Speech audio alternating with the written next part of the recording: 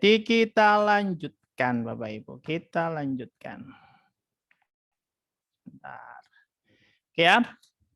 Nah, ini tadi juga sudah ada gambaran terkait dengan rating ya Bapak Ibu. Jadi rating adalah satu bagian penting di dalam BSMR level 2 berkaitan dengan penentuan kualitas debitur.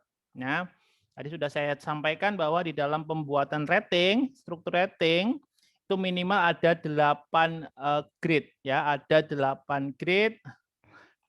Bapak Ibu berpedomannya adalah 871 ya.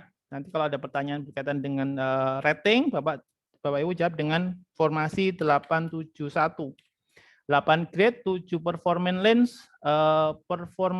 loans, dan 1 non-performance loans, 871. Nah, oke. Pendekatan atau metode untuk menghitung modal resiko kredit atau modal untuk mengcover resiko kredit itu kan sudah dijelaskan tadi ya, yaitu ada 3. Ada SA, eksternal, internalnya ada IRBA, IRBA-nya dibagi 2, ada foundation, ada advance. Nah, perbedaan selain penggunaan rating, yaitu adanya pengakuan kolateral lebih luas kalau kita mau bandingkan antara Basel 1 dan Basel 2. Nah, Basel 1 terbatas pada kas dan surat berharga pemerintah. Sementara kalau Basel 2, itu ada kas, ada surat berharga pemerintah, ada garansi, dan kredit derivatif. Jadi kalau terkait dengan perbedaan antara Basel 1 dan Basel 2, pertama, penggunaan rating untuk Basel 2, kemudian yang kedua ada pengakuan kolateral yang lebih luas. Ya, kalau semula hanya 2, sementara di Basel 2 di tahun 2004 ada tambahan garansi dan kredit derivatif. Nah, grading, kemudian kolateral merupakan bagian dari mitigasi resiko kredit. Ya, jadi mitigasi resiko kredit itu kan sebenarnya ada 6. Ya, ada grading, ada kolateral, ada cash flow monitoring, ada securitization, ada loan portfolio management, ada recovery management. Tapi yang dibahas khusus untuk di level 2 ada 2, ya, terkait dengan kolateral dan penggunaan grading. Ya. Nah, jadi di dalam pembahasan SA tadi sudah dibahas ya, IRBA atau internal rating based approach atau pendekatan menggunakan internal rating pada perhitungan resiko kredit, Bapak Ibu, ya, secara teorinya cuma 1. Nah, tetapi secara perhitungan ada 2. Jadi ada beberapa perbedaan antara FIRBA, Foundation IRBA dengan AIRBA. Nah, kalau kita mau membandingkan dengan IRBA dengan SA, maka kita ada beberapa perbedaan yang membedakan antara metode itu. Yang pertama adalah begini. Kalau kita mau membandingkan antara IRBA, internal rating, dengan SA, otomatis perbedaan pertama terkait dengan informasinya, terkait dengan sumber datanya. Ya, kalau IRBA berasal dari internal. Ya, rating yang diterbitkan internal, datanya dari internal. Sementara kalau SA berasal dari eksternal bank atau lembaga pemeringkat. Kalau ada pertanyaan metode mana yang direkomendasikan oleh Komite Basel, otomatis yang paling direkomendasikan adalah IRBA karena sesuai dengan karakteristik banknya masing-masing. Jadi yang membedakan IRBA dengan SA yang pertama adalah terkait dengan penggunaan informasi dari internal bank. Ya, ini yang pertama. Yang kedua, adanya persyaratan untuk penggunaan proses kredit tersebut dalam pengelolaan bisnis bank. Ya, otomatis ini berbeda antara SA dan IRBA. Kalau komponennya apakah sama? Komponennya sama, Bapak Ibu. Ya, komponen yang digunakan baik SA, IRBA Foundation maupun IRBA Advance sama. Ya. SA yang eksternal, berasal dari eksternal, otomatis perhitungannya kita tinggal pakai bank.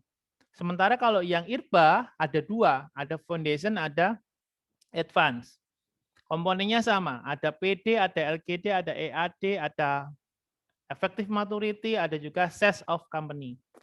Ya, tapi yang dihitung, ya, komponen yang perlu dihitung dari 5 komponen atau faktor resiko umum hanya ada 3 yang dihitung. Ya, ada 3. Hanya PD, ya, kemudian ada LGD, kemudian ada EAD. Jadi hanya ada 3 dari 5 faktor resiko umum dalam IRBA yang dihitung. Ya, baik VIRBA maupun AIRBA. Oke. Oke ya. Jadi untuk komponen apa saja yang dihitung, maka kita akan perbandingkan di sini. Nah, untuk IRBA yang retail, Bapak Ibu, jadi kita bagikan menjadi retail dan wholesale atau retail dan korporasi, gitu ya. Jadi kalau kita mau bandingkan untuk yang IRBA produk retail, ya, maka komponen yang perlu dihitung bank adalah PD, LGD, dan EAD. Ini untuk yang retail. Sementara untuk yang selain retail atau non-retail, maka dibedakan lagi, mau pakai IRBA foundation atau advance. Oke, untuk yang foundation hanya PD saja yang dihitung oleh bank. Sementara untuk yang LGD dan EAD itu diestimasi oleh supervisor atau regulator. Sementara untuk IRBA Advance, Internal Rating Based Approach Advance, yang perlu diestimasi atau dihitung oleh bank itu ada 3, PD, LGD, dan EAD. Dengan data historis, ya, data historis untuk retail itu adalah 5 tahun. Sementara kalau yang foundation itu 5 tahun, untuk yang advance 7 tahun. Nah, bagi bank yang menghitung IRBA, itu perlu melakukan estimasi, ya, setidaknya adalah 3 tahun. Itu berlaku untuk foundation maupun advance. Jadi kalau data historis, verifikasinya itu setidaknya membutuhkan 5 dan 7. 5 untuk foundation, 7 untuk advance. Sementara untuk estimasi penggunaan ratingnya, baik foundation maupun advance sama, minimal 3 tahun. Ya, ini jadi ini kalau kita mau bandingkan seperti ini Bapak Ibu. Ya, foundation IRBA atau IRBA foundation, ya, dan IRBA advance itu ada 3 komponen yang dihitung. Nah, ini juga sering ditanyakan di ujian. Jadi kalau kita menggunakan IRBA foundation, PD dihitung oleh bank, LGD dihitung oleh supervisor, ya, regulator ya, EAD dihitung oleh supervisor, sementara untuk IRBA advance, PD, LGD, EAD semuanya dihitung oleh bank. Dengan data historis atau verifikasi untuk VIRBA atau IRBA Foundation 5 tahun. Ya, untuk IRBA Advance minimal 7 tahun.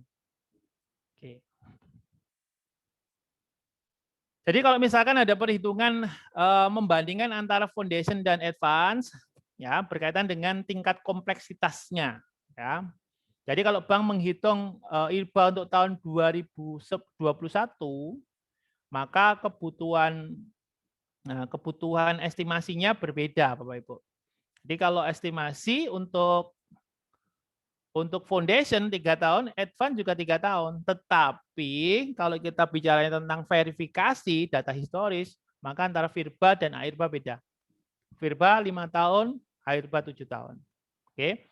Tapi kalau yang berkaitan dengan komponen PD pada IRBA Foundation minimal adalah 3 tahun. Oke ya.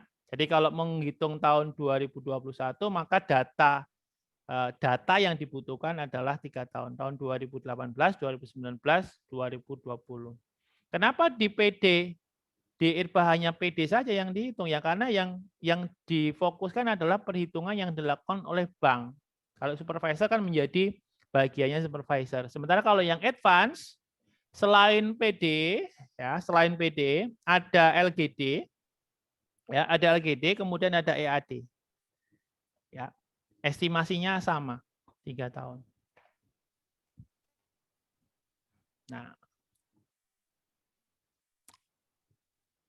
Nah, sementara kalau kita bicara tentang estimasi waktu, ya kita bicara tentang verifikasi data historisnya, ya verifikasi data historisnya. Kalau estimasi kan minimal 3 tahun.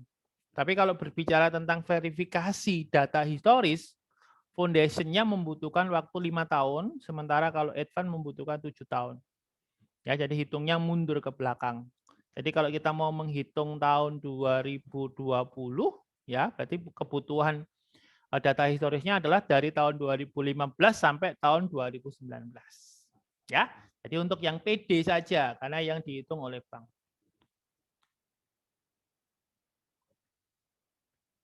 Sementara yang IRBA advance itu membutuhkan 7 tahun. Oke, tadi ada pertanyaan. Nah, kalau ada estimasi berarti 3 tahun. Kalau data yang digunakan untuk estimasi, berarti verifikasi datanya maka berbeda. Kalau foundation 5 tahun, kemudian kalau IRBA advance 7 tahun, sementara kalau yang retail 5 tahun. Jadi kalau ada pertanyaan korporasi berapa? Korporasi 7 tahun, ya.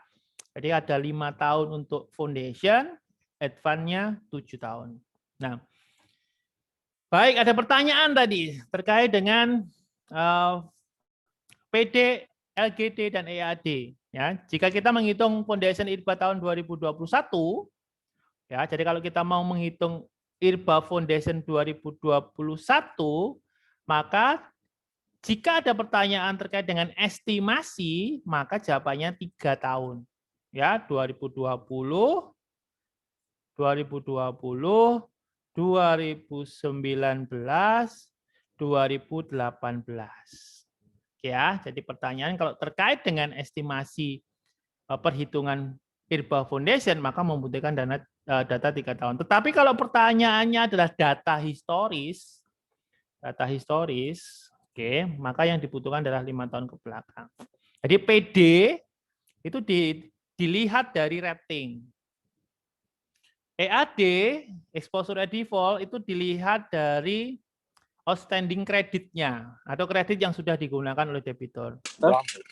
Sementara kalau yang loss given default atau LGD itu diartikan sebagai besaran kerugian ketika terjadi default. Maaf ya. Jadi kalau kita tampilkan ke dalam satu bagan begitu Bapak Ibu, maka akan menjadi satu bagian.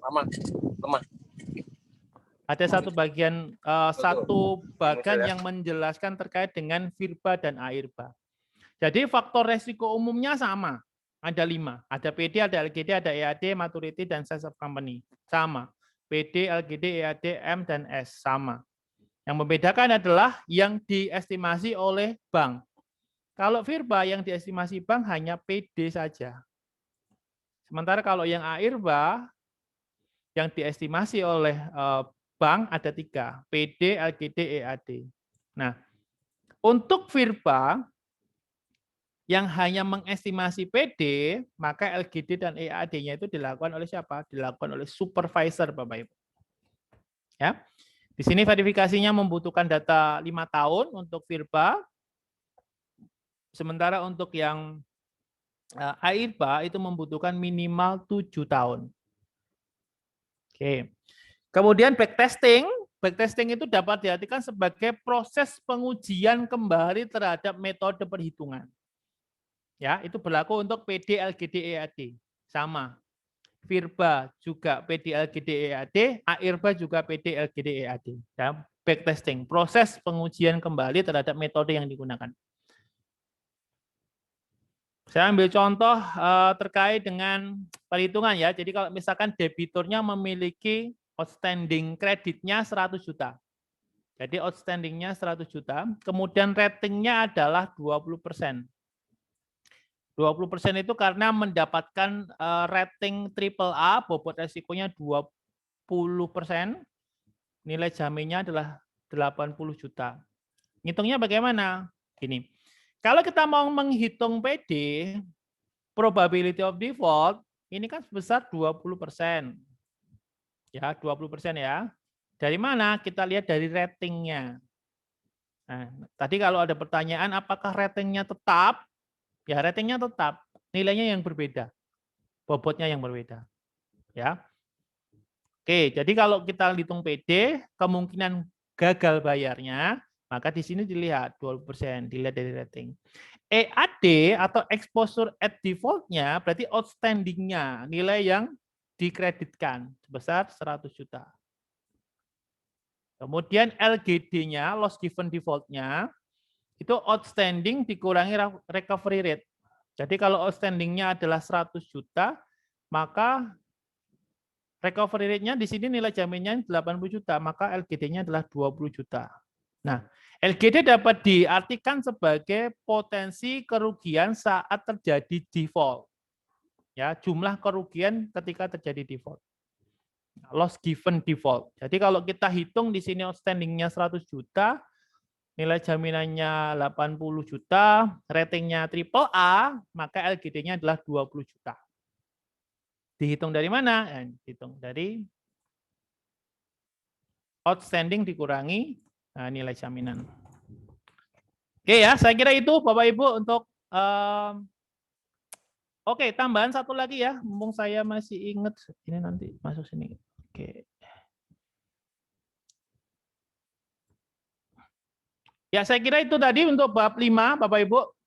Nanti ada bab 6 yang menyajikan terkait dengan nilai yang terkandung dalam sebuah rating. Ya, tadi baganya sudah sempat saya lihatkan sedikit begitu ya. Jadi berbeda klaim, berbeda juga nilai ratingnya atau bobotnya. Nah, chapter 6 itu khusus untuk membahas SA untuk resiko kredit. Nah, SA resiko kredit otomatis ini adalah perhitungan dengan menggunakan, saya tambahkan di sini. Ya, jadi kalau chapter 6 ini adalah perhitungan metode SA. Ya. Jadi secara sederhana ini adalah metode SA.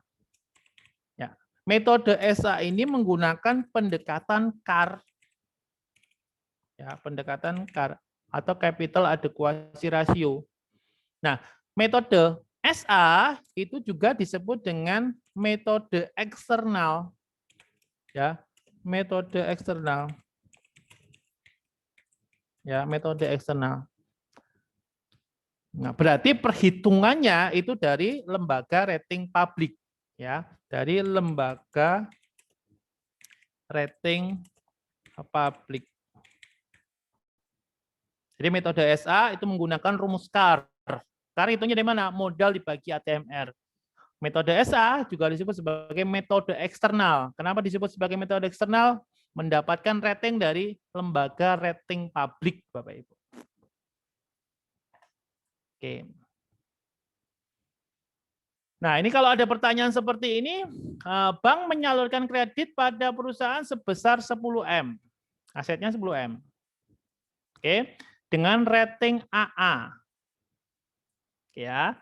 Berapa modalnya? Ini studi kasus yang pertama. Oke. Kata kunci yang pertama adalah perusahaan. Ya, kata kunci yang pertama perusahaan, kata kunci yang kedua asetnya 10M, kata kunci yang ketiga adalah AAA. Berapakah beban modalnya? Studi kasus yang pertama. Studi kasus yang kedua, bank menyalurkan kepada pemerintah. Ya, memberikan pinjaman kepada pemerintah itu disebut sebagai sovereign, ya, atau kalau perusahaan berarti resiko kredit. Tapi kalau kepada pemerintah disebut sebagai sovereign risk. Nilainya 10M asetnya, kemudian ratingnya AAA. Ya, ratingnya AAA. Apakah nilainya sama? Berbeda. Kenapa? Karena klaimnya berbeda. Yang satu perusahaan, satu pemerintah. Meskipun nilainya sama.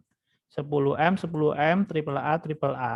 Berapakah bobot resikonya? Apakah bobot resikonya sama? Jawabannya berbeda. Kenapa? Ya karena entitasnya berbeda. Klaimnya juga berbeda. Ini juga sama, memberikan kepada bank lain 10M. Ini ratingnya AAA. Ini kepada bank lain. Ya. Jadi ini 3 studi kasus, nilainya sama, ratingnya sama, tapi klaimnya berbeda. Ya, jadi kita simpan dulu. Berapakah nilainya? Setelah itu kita hitung. Ya, jadi kalau kita mau menghitung pakai metode standar resiko kredit, otomatis kita menggunakan ATMR karena pendekatannya adalah pendekatan CAR. Otomatis kalau kita pakai ATMR, kita harus pakai rating karena kita menggunakan Basel 2. Kalau kita pakai rating, otomatis ada nilai bobot resikonya. Karena sekali lagi ketika kita menghitung ATMR, ketika kita menghitung ATMR, kita membutuhkan bobot resiko. Karena kita kembali lagi kepada definisi ATMR bahwa ATMR diartikan sebagai aset, kumpulan aset yang dikalikan dengan bobot resiko. Kalau tidak ada bobot resikonya, maka tidak bisa dihitung. Bedanya, Basel 2 untuk mendapatkan bobot resiko harus melalui yang namanya rating. Lah, rating dikeluarkan oleh lembaga rating, begitu ya. Oke. Oke, jadi SA atau Standard Based Approach ini sebenarnya merupakan pengembangan dari Basel 1, Bapak Ibu. Jadi kalau Bapak Ibu tahu OSFA, jadi kalau di Basel 1 itu ada metode yang disebut dengan OSFA. Ya, OSFA, one size fits all. Ini merupakan cikal bakal dari perhitungan SA, ya. One size fits all. Satu ukuran untuk semua. Ini adalah konsep awal terkait dengan perhitungan bobot resiko. Jadi SA ini dikembangkan dari OSFA. Oke, tetapi pengenaan bobot resikonya yang berbeda. Di Basel 1 ada bobot resiko. Di Basel 2 juga ada bobot resiko. Nah, pengenaan bobot resikonya yang berbeda. Kalau di Basel 1, korporasi pasti 100. Mau perusahaannya baik, mau perusahaannya tidak baik, pasti 100. Tetapi kalau di Basel 2, berdasarkan rating. Semakin bagus ratingnya, maka semakin kecil bobotnya. Karena kita menggunakan prinsip di dalam manajemen resiko bahwa semakin besar resikonya, maka modal yang disediakan juga semakin besar. Modal yang dimaksud di sini adalah modal untuk mengcover resiko. Oke ya. Oke. Nah, seperti yang sudah disampaikan bahwa ketika kita menggunakan metode SA, kita menggunakan lembaga rating eksternal atau external credit assessment institusi begitu, atau lembaga pemeringkat publik. Nah, lembaga pemeringkat publik itu setidaknya harus memenuhi 6 kriteria, Bapak Ibu. 6 kriteria agar ratingnya bisa diakui dan dapat digunakan di dalam SA. Nah, apa saja kriterianya? Ya, lembaga pemeringkat rating eksternal harus memenuhi 6 kriteria. Kriteria yang pertama adalah disingkat menjadi CRODIT, CRODIT, ya, CRODIT. C pertama adalah kredibel. Ya, C yang pertama adalah kredibel, terpercaya. Ya. Kemudian R yang kedua adalah resource, memiliki sumber daya manusia, memiliki tenaga ahli yang bisa memastikan informasi penilaiannya dilakukan dengan benar. Kemudian yang ketiga adalah O, objektif, ya, memiliki teknis analitis yang digunakan yang sifatnya adalah objektif dan rigid gitu. Kemudian yang keempat adalah disclosure, ya, keterbukaan terhadap faktor teknis seperti default, kemudian horizon waktu penilaian. Kemudian yang kelima adalah independen atau bebas dari tekanan politis atau ekonomis, ya. Kemudian yang T transparan, ya, mode ratingnya itu dapat diakses secara luas atau ada diseminasi informasi di situ. Jadi lembaga pemeringkat rating yang digunakan ratingnya dalam metode SA harus memenuhi 6 kriteria ini, ya, kredibel, resource, objektif, disclosure, independen, dan transparan. Ya. Nah, ada beberapa lembaga rating yang digunakan, Bapak Ibu. Yang pertama Standard & Poor, ya, ada Standard & Poor. Kemudian ada Moody's, kemudian ada Fitch Rating. Ya, kalau di Indonesia bisa menggunakan Pevindo atau Pemeringkat Efek Indonesia. Nah, ini baru kita masuk ke dalam kategori ratingnya, Bapak Ibu. Jadi kalau kita sudah lihat lembaganya, kriteria lembaganya, kita tahu bobotnya, baru kita masuk ke dalam besaran ratingnya atau besaran bobot resikonya. Kita mulai dari sovereign, Bapak Ibu. Rating sovereign itu artinya kita memberikan pinjaman kepada pemerintah. Ya, dimulai dari 0% untuk rating tertinggi, ya, triple A, ya, triple A sampai A amin. Tadi sudah tahu ya kenapa ada A amin ya. Jadi untuk meningkatkan derajat sensitivitas atau grade sensitivitas, rating itu ditambahkan dengan tanda plus dan minus. Ya, jadi kalau AA menjadi AA plus, AA minus. Jadi kalau ada rating AA minus di sini artinya ini adalah sudah dikenakan grade sensitivitas. Jadi kalau triple A sampai AA min nilainya adalah 0%. Ya. Triple A sampai AA min itu adalah 0%. A plus sampai A min 20%. Ya. Triple B plus sampai triple B min 50%. Oke ya. Kemudian BB plus sampai B min 100%, di bawah B min sampai dengan default 150%. Unrate 100%. Yang dimaksud dengan unrate itu penilaiannya tidak melalui lembaga yang diakui oleh regulator. Ya, dinilai dengan unrate. Oke, kemudian ada klaim pada bank opsi 1. Jadi untuk bank itu ada dua, opsi 1 dan opsi 2. Untuk yang opsi 1, ini diperlakukan seperti sovereign, tetapi di peringkat satu tingkat lebih rendah. Contohnya begini. Jadi opsi 1 itu menggunakan rating sovereign, tapi di tingkat satu lebih rendah daripada sovereign. Kalau di sovereign triple A sampai A amin nilainya 0%, maka di opsi 1 nilainya menjadi 20. Ya. Oke. Kalau di sini 20, maka menjadi 100. Oke ya, itu untuk opsi 1. Oke, yang ketiga. Ada rating korporasi. Nah, rating korporasi artinya diberlakukan untuk corporate perusahaan. Sama ratingnya. Triple A sampai A amin nilainya 20%. A plus sampai amin 50. Sampai dengan unrate nilainya 100. Oke. Nah, kemudian ada bank opsi 2. Ya, bank opsi 2. Nah, kalau bank opsi 2 ini diperlakukan seperti korporasi begitu. Jadi ada 20, ada 50, 50, 100. Nah, untuk unrate-nya yang kurang dari 3 bulan 20%, yang lebih dari 3 bulan nilainya adalah 50%.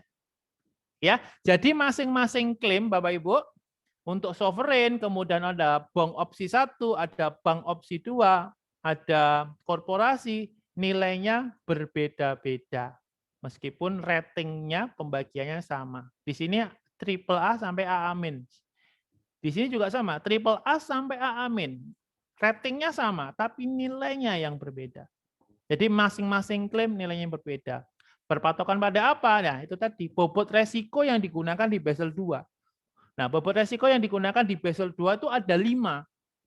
0%, 20%, 50%, 100%, dan 150. Nah, kalau kita sudah tahu nilainya Bapak Ibu, maka kita bisa mengerjakan soal yang tadi. Saya mundur ya, saya mundur sedikit. Nah, kita bisa mengerjakan yang ini. Saya tambahkan dulu slide-nya. Oke, seperti ini. Oke, kita kerjakan yang nomor 1. Bank menyalurkan perusahaan 10 MAA. Oke ya. Jadi kata kuncinya ada 3. Perusahaan 10 MAA. Oke. Jadi kalau kita mau mengerjakan studi kasus yang pertama, ya, yang pertama, tadi kata kuncinya adalah perusahaan, berarti korporasi, kemudian asetnya adalah 10 M, kemudian ratingnya adalah triple A. Ya, ada AA. Oke. Langkah yang pertama, kalau Bapak Ibu mendapatkan soal seperti ini, Bapak Ibu harus cari bobotnya dulu. Bobot resiko. Kita lihat ya, saya maju lagi supaya Bapak Ibu juga lebih jelas. Jadi begini. Korporasi triple A. Berarti di sini ya. Nilainya berapa? 20%. Oke. Kita tambahkan di sini. Korporasi triple A berarti 20%. Oke ya. Jadi perusahaan korporasi nilai asetnya 10M, triple A, bobot resikonya 20%. Langkah pertama adalah kita hitung ATMR. ATMR. Bagaimana cirong ATMR? Aktiva, ya, aktiva dikali bobot resiko. Aktiva dikali bobot resiko. Oke. Berapakah aktivanya? Aktivanya 10M. Oke, bobot resikonya berapa? Bobot resikonya 20%. Jadi nilainya adalah 2M. Ya, 2M. Ya, apakah berhenti sampai di sini? Tidak, karena kita diminta untuk menghitung kebutuhan modalnya. Modal dihitung dari mana? CAR dikali dengan ATMR. Ya, CAR dikali dengan ATMR. Oke, berarti CAR-nya berapa? Kita hitung. CAR-nya ditetapkan minimal 8%. Dikali berapa? Dikali 2M. Berapa nilainya? Nilainya adalah 160 juta. 160 juta. Nah, ngitungnya begini Bapak Ibu. Ya, jadi kita hitung ATMR-nya. Oke. Contoh yang kedua. Saya pakai contoh yang kedua. Ya, contoh yang kedua. Kita lihat studi kasusnya. Ya, pemerintah 10M triple A. Ya, pemerintah berarti sovereign ya. Pemerintah. Oke. Kemudian nilainya 10M, kemudian triple A. Langkah pertama, cari bobot dulu. Nah, pemerintah artinya sovereign. Ya, sovereign. Oke, sovereign triple A nilainya 0%. Ya, berarti di sini 0% bobotnya. Ya, 0%. Oke, langkah pertama kita hitung ATMR. ATMR-nya adalah aktiva dikali bobot resiko. Aktivanya 10M dikali dengan 0%. Ketemu berapa? Ketemu berarti 0 rupiah. Berarti modalnya bagaimana? Modalnya sama. Ya, CAR dikali ATMR. Nilainya berapa? CAR-nya 8% dikali 0 rupiah. Ketemu berapa? Ketemu 0 rupiah. Ya, jadi Bapak Ibu tahu perbedaannya ya. Nilai aktivanya sama 10M. Ratingnya sama, tapi klaimnya yang berbeda. Ya, jadi rating diperuntukkan untuk masing-masing entitas, masing-masing debitur.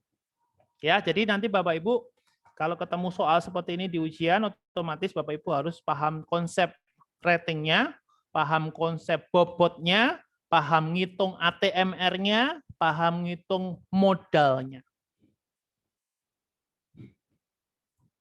Ya, ini tadi ya. Jadi kalau ada soal seperti ini, Bapak Ibu. Nah, ini ada contoh lain lagi, Bapak Ibu. Ada contoh lain lagi. Bank menyalurkan kredit kepada pemerintah. Kata kunci yang pertama, pemerintah. Nilainya 1M. Ya, ratingnya A+. Oke, kita hitung. Berarti yang kita cari apa? ATMR-nya dulu. ATMR ngitungnya bagaimana? Aktiva dikali bobot resiko. Otomatis kalau kita mau ngitung ATMR harus tahu bobot resiko. Bobot resikonya berapa? Kita lihat. A+. A+ berapa? Berarti di sini. A+ berarti di sini. Nilainya berapa? Nilainya 20%. Nilainya 20%.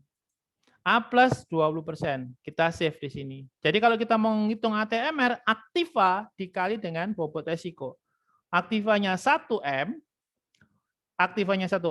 bobotnya 20%. Nah, jadi kan ketemu 8% dikali 200 juta. Nah, ini adalah kebutuhan modalnya. Ya, oke. Contoh yang kedua, opsi 1. Kalau sudah ada kata kunci opsi 1, berarti ini adalah klaim pada bank. Kalau klaim pada bank berarti diperlakukan seperti sovereign, tapi di tingkat, di rating, di grading satu tingkat lebih rendah. Jadi kalau sovereign di sini 0, maka di opsi 1 jadi 20. Kita lihat. Ya, di sini kata kunci yang pertama adalah bank. Ya. Kemudian diminta untuk menggunakan opsi 1. Oke. Nilainya sama, 1M seperti soal sebelumnya. 1M. Nah, ratingnya sama, A+ juga. Kita lihat. Bank 1M A+, opsi 1. Sudah jelas ya? Berarti kalau A+ ada di sini. A+ ada di sini, berarti di sini jadi berapa? 50%. Saya berikan warna toska di situ. Ngitungnya sama. Sudah setelah ketahuan berapa bobotnya, maka kita ngitung ATMR. Setelah ATMR ketemu, kita kalikan dengan 8% nilai CAR. Gitu ya. Jadi 1M dikalikan 50%, ini adalah ATMR, aset dikalikan bobot resiko. Setelah itu baru dikalikan 8%. Ini adalah kebutuhan modalnya. Oke ya. Jadi kalau kita mau bandingkan seperti ini Bapak Ibu. Ini rating-rating yang digunakan ya, rating-rating yang digunakan, yang sering digunakan di dalam pertanyaan-pertanyaan yang ada di ujian. Pemerintah AAA sampai AA 0. Pemerintah A itu artinya A+ sampai A- 20%. Oke. Kemudian pemerintah triple B 50%. Korporasi rating tertinggi 20%. A+ sampai A- 50%. Triple B 100%. Ya, sampai dengan opsi 1, opsi 2 kurang dari 3 bulan maupun lebih dari 3 bulan. Nah, inilah bobot yang digunakan di dalam Basel 2, ada 5. Ya, 0, 20, 50, 100 dan juga 150. Ya, ini adalah ada 4 ya. Jadi ada sovereign, ada korporasi, ada opsi 1, ada opsi 2. Ya, ada opsi 1, opsi 2. Jadi ini pemerintah, korporasi, kemudian ada bank. Oke. Nah, bagaimana kalau di luar 4 tadi? Ya, ini ada retail dan juga KPR. Ya, untuk retail Basel 1 nilainya 100, ya, Basel 2 menjadi 75. Oke. Kemudian untuk KPR dan mortgage, KPR dan mortgage di Basel 1 itu 50%, di Basel 1, Basel 2-nya ada 35%. Ya, itu untuk KPR atau mortgage. Nah, kemudian yang selanjutnya adalah bagaimana kalau menangani pinjaman yang bermasalah atau bad debt. Ya, bagaimana kalau menangani untuk pinjaman yang bad debt atau bermasalah. Nah, ada sebuah alokasi modal yang disebut dengan specific provision. Ya, ada alokasi modal yang disebut dengan specific provision. Nah, ini adalah sebuah alokasi atau proses alokasi modal yang diperuntukkan kepada pinjaman yang bad debt. Ya, lebih dari 90 hari. Ya, jadi kalau counterparty-nya ratingnya di bawah B-, ya, di bawah B- itu dibobot 150%. Nah, ada beberapa kriteria untuk pinjaman dengan bobot 150%. Ya, tidak ada atau kurang dari 20% specific provision-nya dari outstanding ya. Ya, kalau kurang dari 20%, maka bobotnya sudah pasti 150. Oke ya. Tapi kalau memiliki specific provision lebih dari 50, ya melebihi 20%, maka bobot resikonya menjadi 100. Ya, 100. Nah, jika memiliki specific provision-nya lebih dari 50, ya, jika melebihi 50%, maka bobot resikonya menjadi 50%. Ya, dari outstanding-nya. Oke ya. Jadi specific provision ini dapat diartikan sebagai pertama, proses alokasi untuk pinjaman yang bad debt lebih dari 90 hari, atau pinjaman yang berpotensi mengalami masalah, atau dapat diartikan sebagai pinjaman atau nasabah yang telah menunggak lebih dari 90 hari. Nah, itu yang masuk dalam kriteria specific provision. Nah, ini dia. Kalau kita mau tampilkan dalam sebuah tabel seperti ini. Jadi kalau tidak memiliki specific provision sampai dengan kurang dari 20% dari outstanding-nya, maka bobotnya 150. Ya. Kalau misalkan 20 sampai 50% dari outstanding-nya, maka bobotnya menjadi 100. Ya, semakin besar specific provision, maka menurunkan bobot resikonya. Nah, lebih besar dari 50%, maka bobotnya adalah 50%. Ya, bobotnya.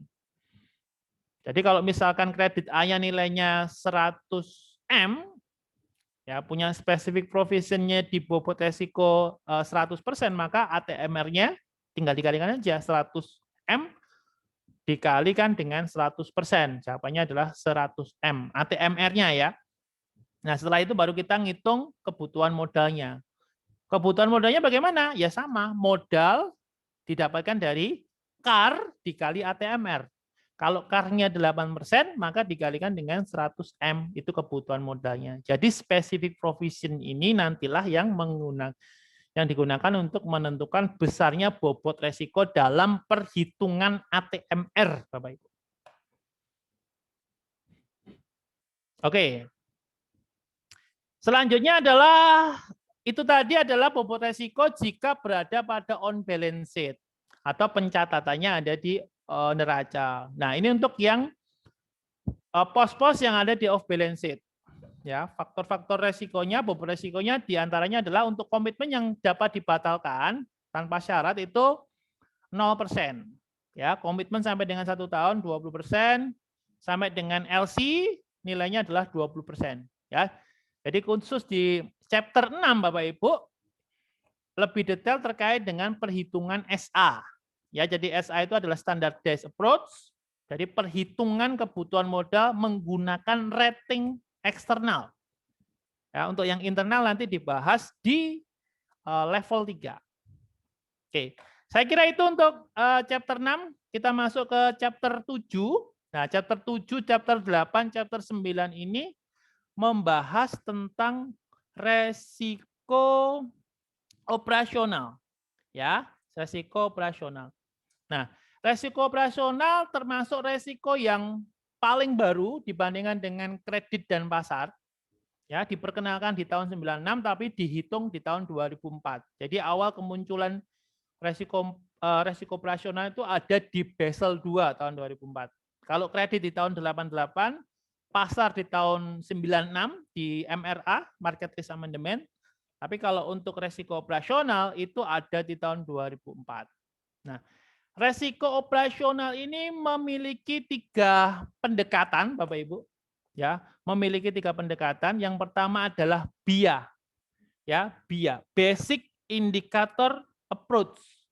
Ya, Basic Indicator Approach, saya singkat dengan BIA.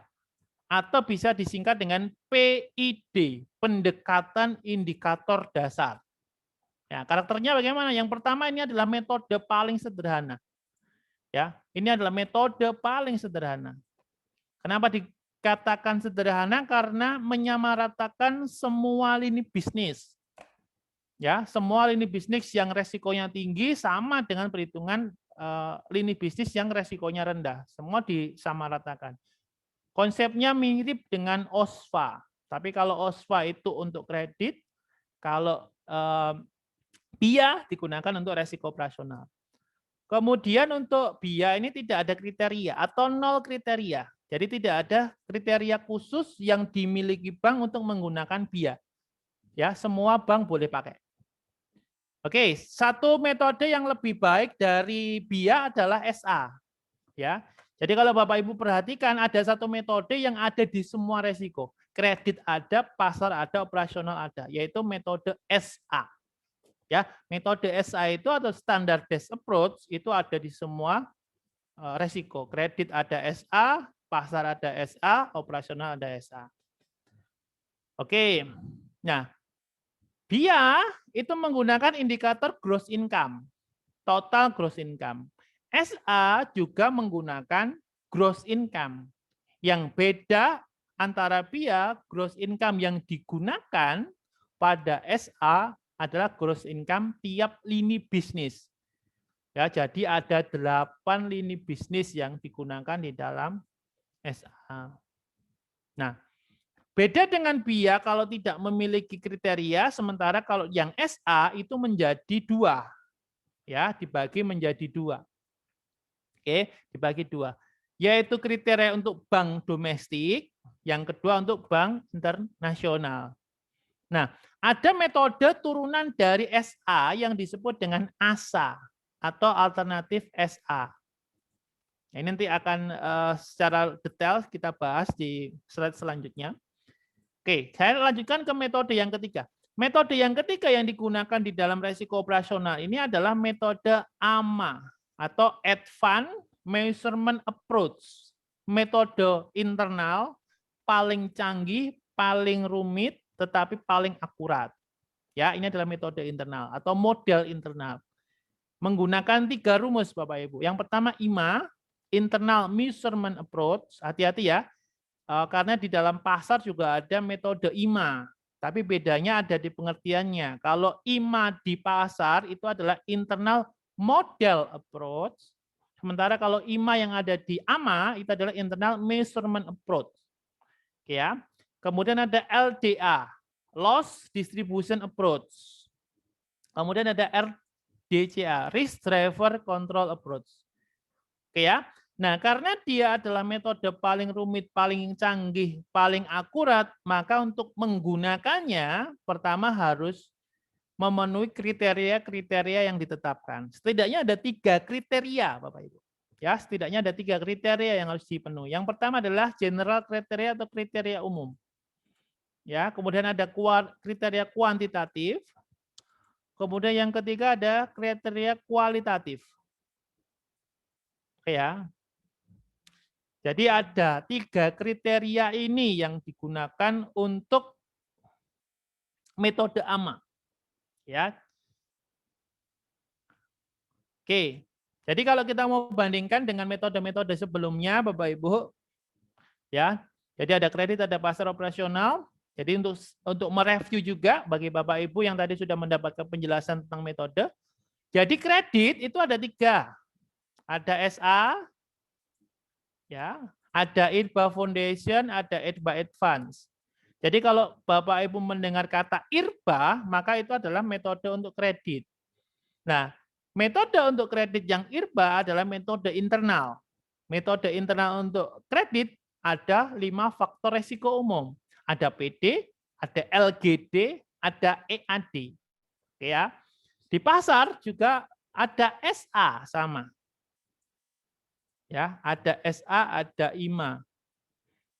Oke, kemudian di resiko operasional ada metode BIA. Ada SA, ada AMA. Ya, jadi yang disebutkan yang pertama, yang saya blok kuning, ini adalah metode yang paling sederhana untuk masing-masing resiko. Ya. Oke, kita mulai pembahasan yang pertama untuk metode yang paling sederhana di resiko operasional, yaitu BIA. Ya, jadi BIA atau Basic Indicator Approach bisa disebut dengan pendekatan indikator dasar. Ya, bisa disebut dengan pendekatan indikator dasar. Ya, bisa disebut sebagai pendekatan indikator dasar. Pendekatan indikator dasar.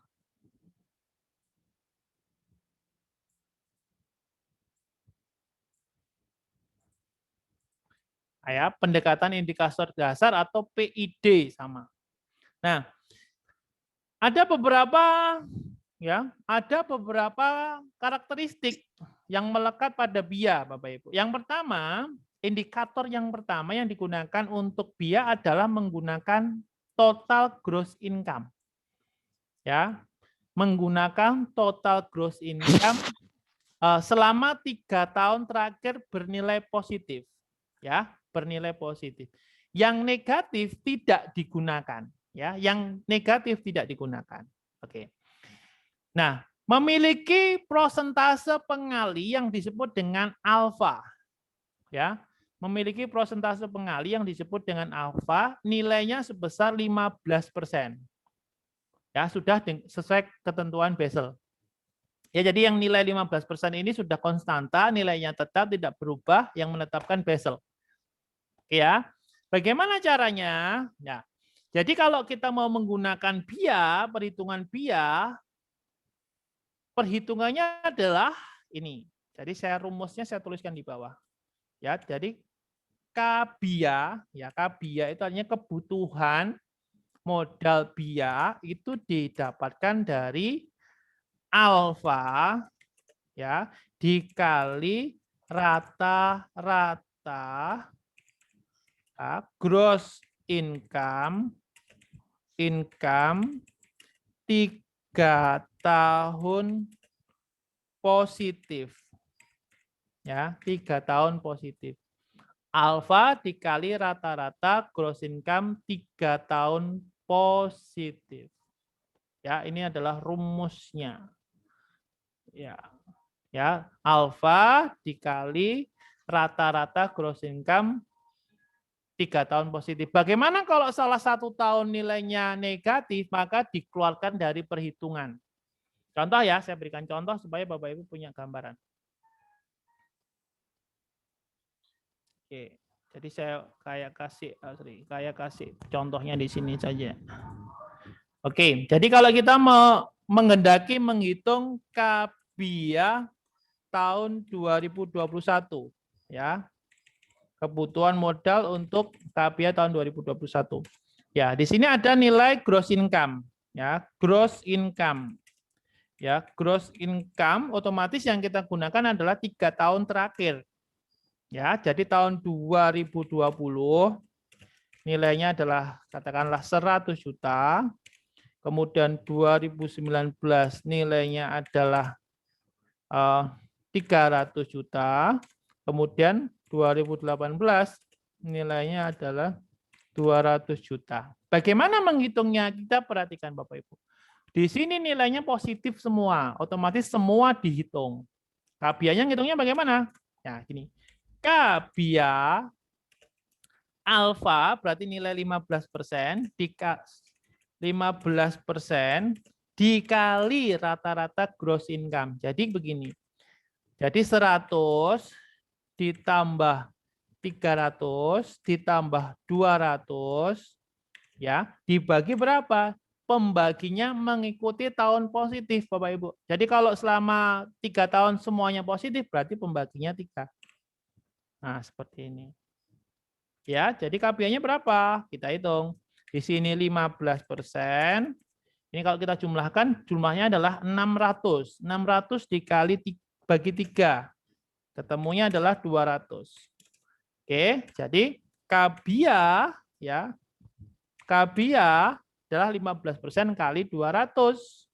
Berapa jumlahnya? 30 ya, juta. Ini contoh kalau selama 3 tahun nilainya positif. Ya, bagaimana kalau ada salah satu yang nilainya negatif? Saya hitung ya sama ya. Nilainya sama, cuman komposisinya yang berbeda. Ya, kita katakanlah ini. Ini yang negatif gitu ya. Ini contoh yang kedua. Kita misalkan ini yang negatif. Otomatis kalau kita mau hitung,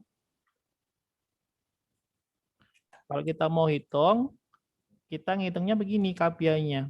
15% tetap. Jadi KBIA di sini nilai alfa 15% tetap sama dikali ya. Dikali dengan rata-rata gross income. Nah, kita masukkan yang positif saja. 2020 100 betul. 2019 300 betul. Nah, 2018 nilainya negatif, tidak dimasukkan dalam perhitungan. Pembaginya berapa? Pembaginya 2. Kenapa? Yang dimasukkan hanya yang bernilai positif. Oke, berarti ini nilainya adalah 15%. Kemudian dikali dengan rata-rata gross income.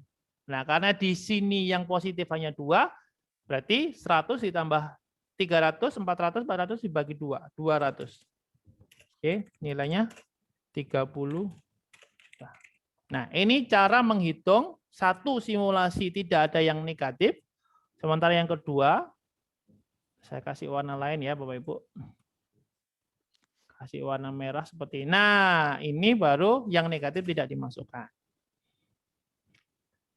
Oke, ini adalah untuk kebutuhan BIA. Metode BIA. Kita masuk ke dalam metode SA.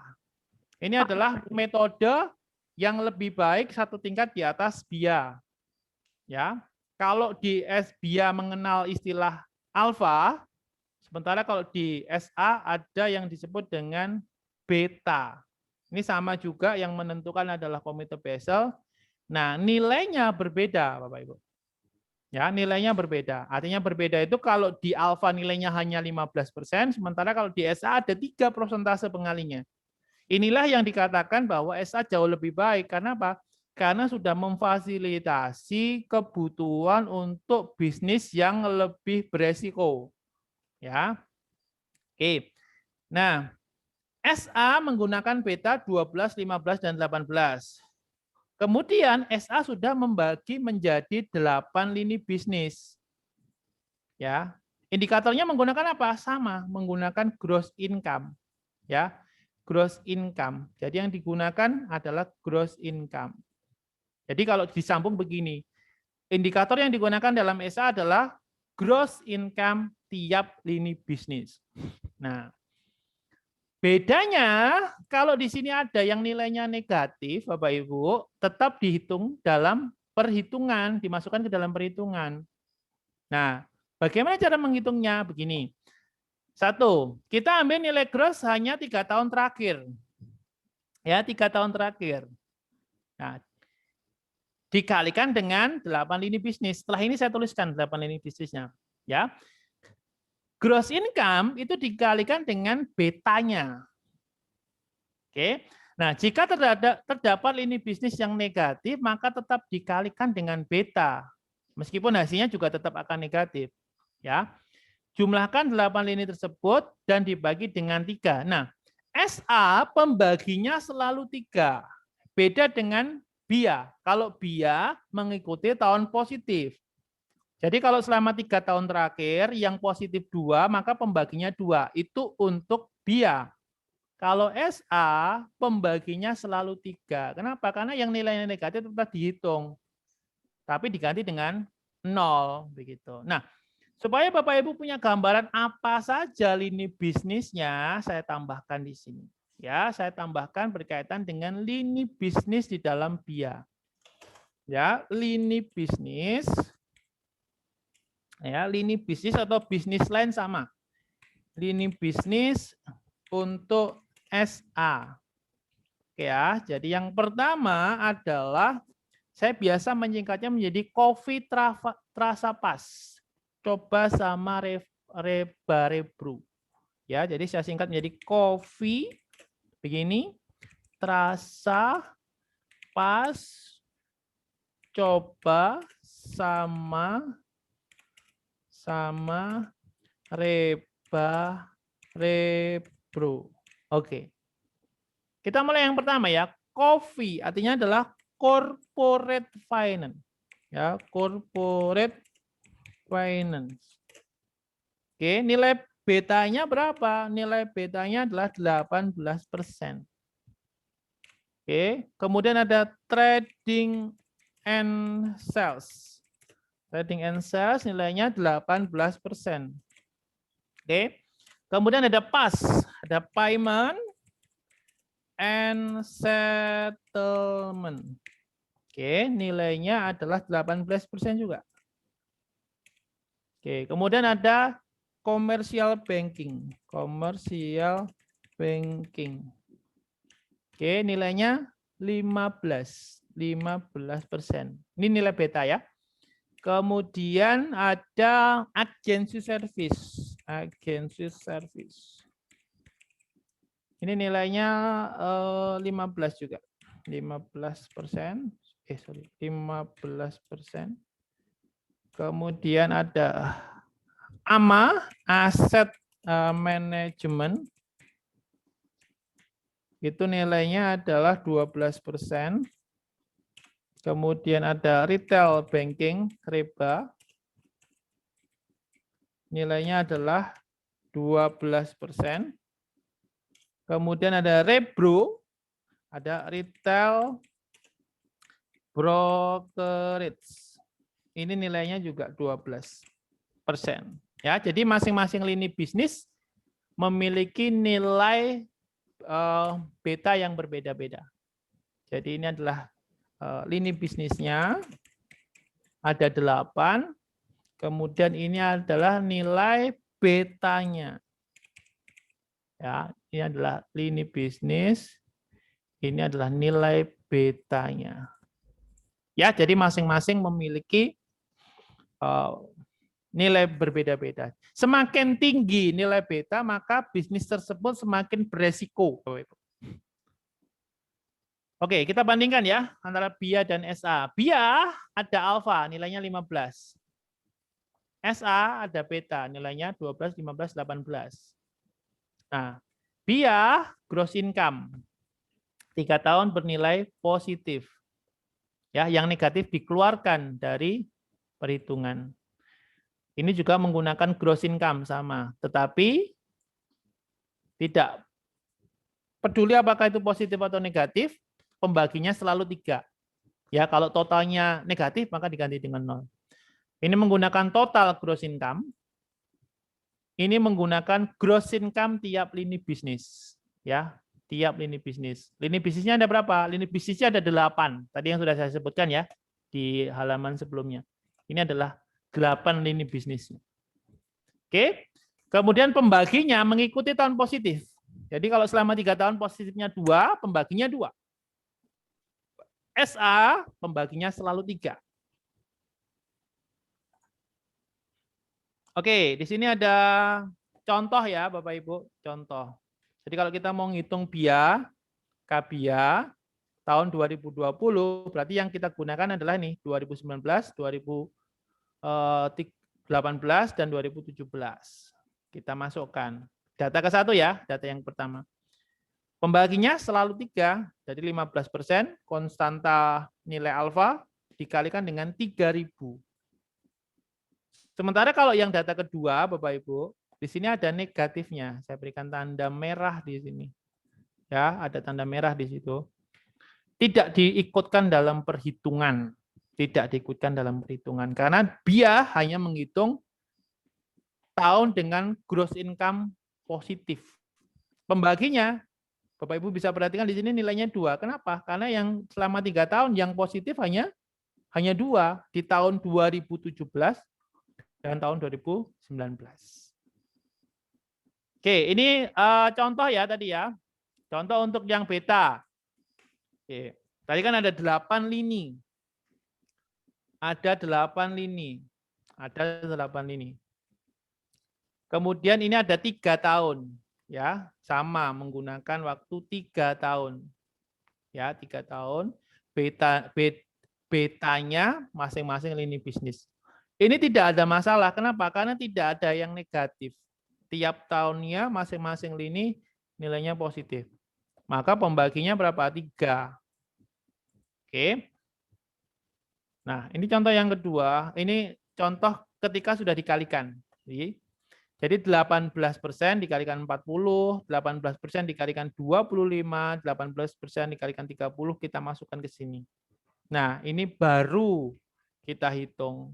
Nah, yang di blok kuning untuk tahun pertama, kemudian tahun kedua, tahun ketiga, ini dijumlahkan, ya, dijumlahkan, kemudian dibagi 3. BIA dan SA menggunakan 3 tahun. Bedanya kalau BIA hanya tahun positif gross income-nya yang digunakan sebagai pembagi. Sementara untuk beta pada SA selalu 3. Ya. Oke, tadi yang saya maksud dalam lini bisnis tadi sebelumnya sudah saya sampaikan. Jadi masing-masing ini urutannya tidak sesuai dengan besaran beta ya. Kalau yang sebelumnya yang saya sampaikan tadi sudah urut posisi paling atas adalah nilai beta tertinggi. Jadi kalau beta tertinggi ada pertanyaan seperti itu nilainya 18%. Untuk 3 lini bisnis. Sementara untuk beta nilai terendah itu adalah 12%. Itu juga untuk 3 lini bisnis. Ya, jadi ini sudah saya urutkan, semakin tinggi nilai betanya, semakin tinggi nilai persentase betanya, maka bisnis tersebut semakin beresiko. Oke. Contoh ya. Bank bergerak di retail banking. Ini kata kunci yang pertama. Ya, kata kunci yang pertama. Gross income-nya kita lihat di sini 2020 100. Ya. Ada 100 2020 100, 2019 200, 2018 300. Nah, bagaimana ngitungnya? Kita lihat dulu Bapak Ibu. Retail banking nilai betanya berapa? Kita lihat di sini. Retail banking nilainya 12%. Ya. Retail banking nilainya 12%. Sehingga pengalinya berarti nilai betanya ya, nilai betanya adalah 12%. Kita masukkan ya 100% tahun 2020, 200 di tahun 2019, kemudian 300 di tahun 2018. Ya. Nah, pembaginya selalu 3. Meskipun nanti di sini ada 0, tapi pembaginya selalu 3. Oke ya. Jadi ini kalau dijumlahkan nilainya 200 dikali dengan 12%. Oke ya, ketemunya 24. Nah, saya satu contoh lagi, agensi servis. Nah, maksud saya ini tadi. Agensi servis kita lihat. Agensi servis kita lihat. Agensi servis nilainya 15%, nilai betanya 15%. Ya, agensi servis nilainya 15%. Oke, kita lihat di sini. Di tahun 2020 nilainya adalah 600. 2019 ada negatif 200. Oke. Kemudian tahun 2018 nilainya adalah 300. Kita perhatikan di sini Bapak Ibu. Oke. Nah, di sini 15% nilai betanya kita masukkan. Kemudian dikali dengan rata-rata 3 tahun. Ya, mau positif mau negatif dimasukkan. Maksudnya diganti dengan 0 itu begini. Di sini 600 ya, 2020 0 itu adalah ini, 2019 nilainya negatif. Untuk bisa masuk dalam perhitungan dianggap 0. Oke. Kemudian 2018 nilainya 300. Nah, ini yang membedakan.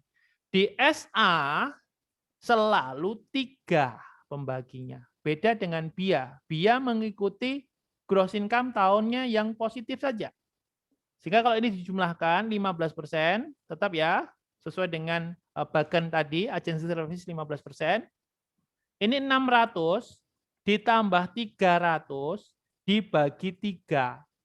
Oke ya, 600 tambah 300 bagi 3. Jadi 15% dikali 300, 45.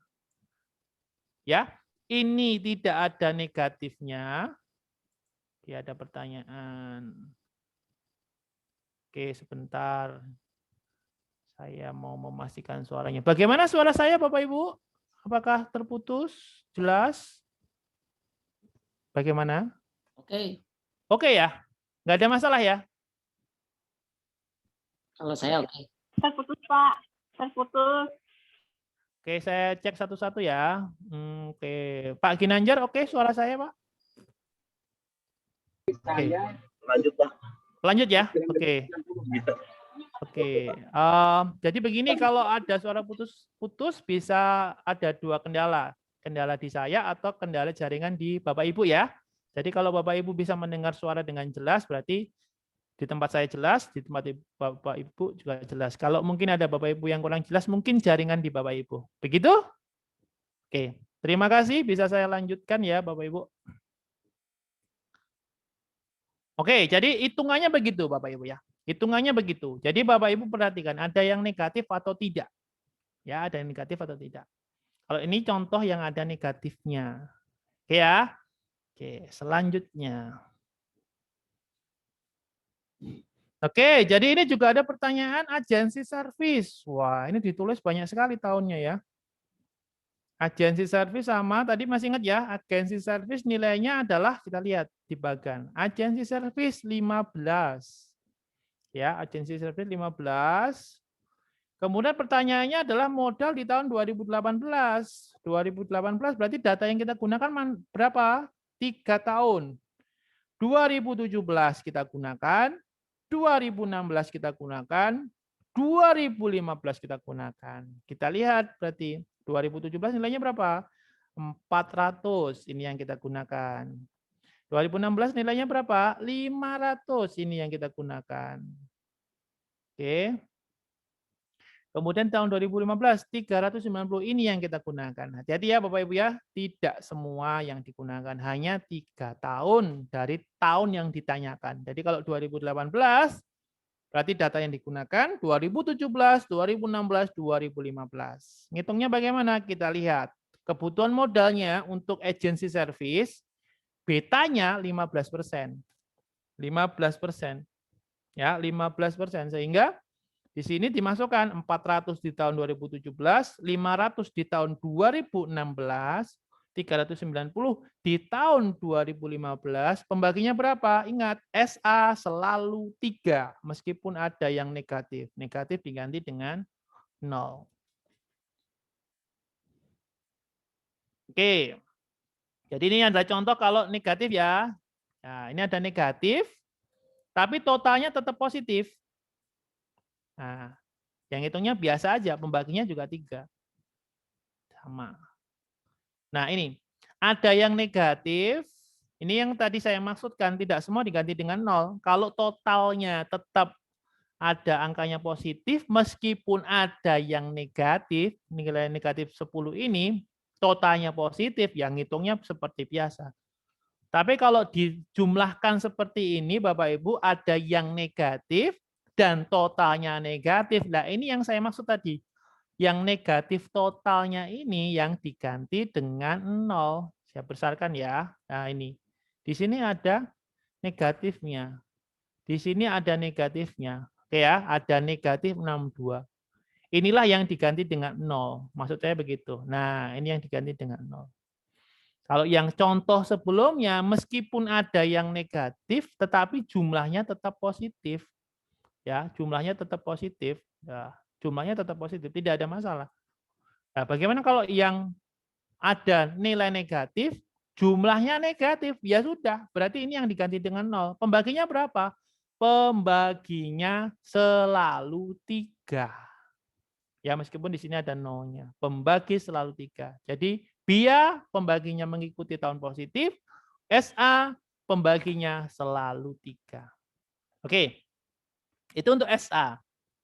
Nah, selanjutnya Bapak Ibu, di dalam SA itu ada perhitungan turunan atau rumus turunan yang disebut dengan ASA. Ya, ya, ada yang disebut dengan ASA atau alternatif SA. Ya, ASA atau alternatif SA. Nah, ASA ini tidak menggunakan gross income. Kalau Bapak Ibu ingat sebelumnya kan gini, kalau SA, kalau BIA, saya tuliskan di sini,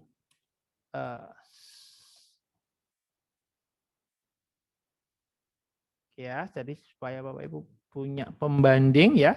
Jadi ada indikator begini. Kalau kita pakai BIA, kita menggunakan indikator berupa total gross income. Nah, sementara kalau kita pakai SA, kita menggunakan yang namanya gross income tiap lini bisnis. Nah, sementara kalau ASA, nah ASA ini tidak menggunakan gross income karena beranggapan bahwa gross income itu bukan indikator yang baik, Bapak Ibu. Sehingga tidak lagi menggunakan gross income, tetapi menggunakan loan dan advance, pinjaman dan tagihan. Ya, loan dan advance. Loan dan advance atau pinjaman dan tagihan. Nah, jadi Bapak Ibu bisa membandingkan ya. Jadi ini adalah BIA, SA, dan ASA. ASA turunan dari SA. Bedanya begini, ini hanya berlaku untuk 2 lini bisnis saja. Ya, hanya berlaku untuk 2 lini bisnis saja. Apa saja? Nah, 2 lini bisnis yang masuk di dalam ASA yang pertama adalah commercial banking. commercial banking, yang kedua adalah retail banking. Hanya dua ini yang masuk di dalam ASA. Kalau tadi kan ada 8, ada corporate finance, kemudian ada trading and sales, kemudian ada payment and settlement, ada commercial banking, ada agency service, ada asset management, ada corporate, ada retail banking, ada retail brokerage. Dan di antara 8 lini yang menggunakan ASA hanya 2, commercial banking dan retail banking. Nah, sekali lagi bahwa pendekatan ini tidak lagi menggunakan gross income. Nah, kenapa tidak menggunakan gross income? Karena sudah diganti dengan apa? Pinjaman atau loan dan tagihan atau advance. Ya. Kenapa? Karena menganggap bahwa gross income bukan indikator yang tepat, yang baik. Oke. Nah, selanjutnya bahwa di dalam ASA ini ada faktor pengali yang disebut dengan faktor M, Bapak Ibu. Ya. Ada faktor pengali yang disebut dengan faktor M. Nilainya adalah 0,035. Nah, kenapa nilainya sekian? Ini juga sudah ditetapkan oleh Komite Basel. Jadi nilainya menggunakan 3,5% atau 0,035. Nah, bagaimana menghitungnya? Jadi begini, kalau dari 8, kan untuk yang penggunaan ASA hanya 2. Ya, jadi 6 lini bisnis sisanya ngitungnya sama seperti SA. Ya, gross income dikali dengan beta. Sementara kalau yang ASA, berarti karena tidak menggunakan gross income, berarti menggunakan loan dan advance, dikali nilai beta, dikali dengan faktor M, nilainya 0,035. Ya, jadi kalau kita mau perhitungkan Bapak Ibu, jadi itu yang digunakan. Jadi kalau kita mau bandingkan masing-masing metode, di dalam metode yang digunakan di dalam resiko operasional, maka ada 3. Ya, BIA, SA, AMA. Saya mau tambahkan sedikit Bapak Ibu untuk resiko operasional, untuk melengkapi penjelasan terkait dengan resiko operasional. Jadi di dalam resiko operasional ini ada satu metode yang paling kompleks, yaitu metode AMA. Jadi nomor 3 adalah metode AMA, atau bisa disingkat dengan Advanced Measurement Approach. Ya. Ini adalah metode internal paling canggih, paling kompleks, paling akurat. Nah, ya, indikator resikonya ini menggunakan total loss.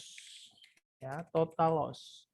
Kemudian yang kedua, metode yang digunakan ada 3. Ya, metode yang digunakan ada 3.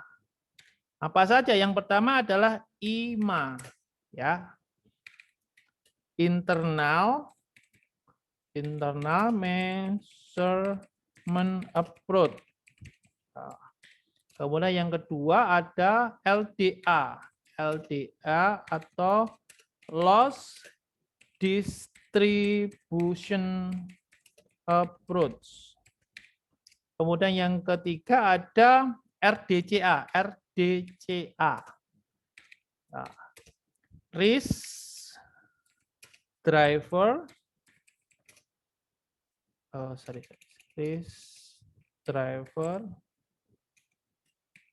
control approach. Ya, jadi ini adalah tambahan ya. Meskipun secara perhitungan nanti Bapak Ibu baru dapat di level 3, tapi ini ada sedikit penjelasan terkait dengan AMA. Ya, ini adalah metode paling canggih, paling rumit ya. Saya tambahkan di sini. Ini metode internal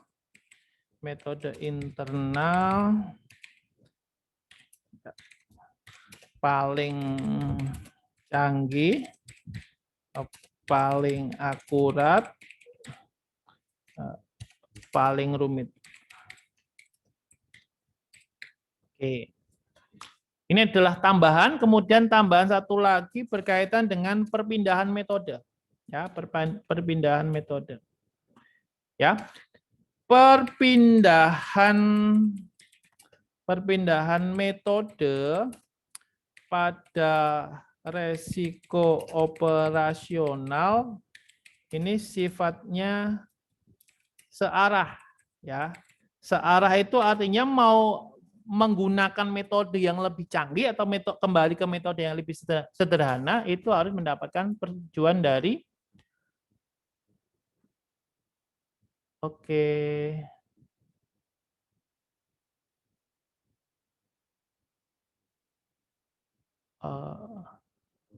ini ada konfirmasi. Suara saya sudah oke ya Bapak Ibu ya? Sudah terdengar ya? Oke, terima kasih. Oke, perpindahan metode pada resiko operasional itu sifatnya searah Bapak Ibu. Ya, searah itu artinya mau naik atau mau turun itu artinya begini. Dari BIA, SA maupun AMA itu harus mendapatkan persetujuan dari regulator. Jadi BIA mau ke SA, mau ke AMA, ini sifatnya adalah searah. Mau BIA ke SA, SA ke AMA, apa AMA kembali ke SA atau SA ke BIA, ini harus mendapatkan persetujuan dari regulator. Nah, regulator itu akan melakukan sebuah tes yang disebut dengan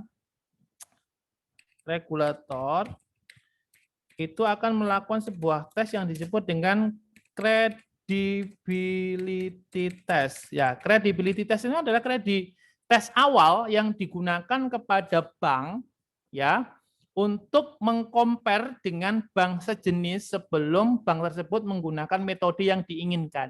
Contoh misalkan begini. Ada bank A begitu, semula menggunakan BIA. Ya, metode paling sederhana. Dia ingin beralih ke SA.